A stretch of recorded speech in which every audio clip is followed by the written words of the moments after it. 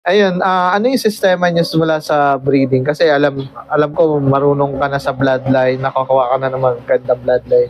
Sa breeding, ano yung usual na ginagawa niyo? Sa breeding, pag nagkukondisyon ako, iniiwalay ko yung, hindi ko sila pinagsasama muna. Iwalay muna sila, tapos yung purga, tapos cleansing ba to, yung cleansing. Tapos pagkatapos nun, saka ko sila pinagsasama-sama. Saka yung patoka ko sa breeding. Sa mga breeder, hindi yung breeder mix. Anong patokan niya? Integra na 2.5. 2,500. Oo. Tapos, yung sa YB naman, after mapisa, pagkatapos ng 10 days, ang binibigay ko naman ay victory pills. Araw-araw yun. Araw-araw? Oo, hanggang hanggang sa iwalay ko, ilagay ko sa loft na. Pag nagwawalay ka, mostly ilang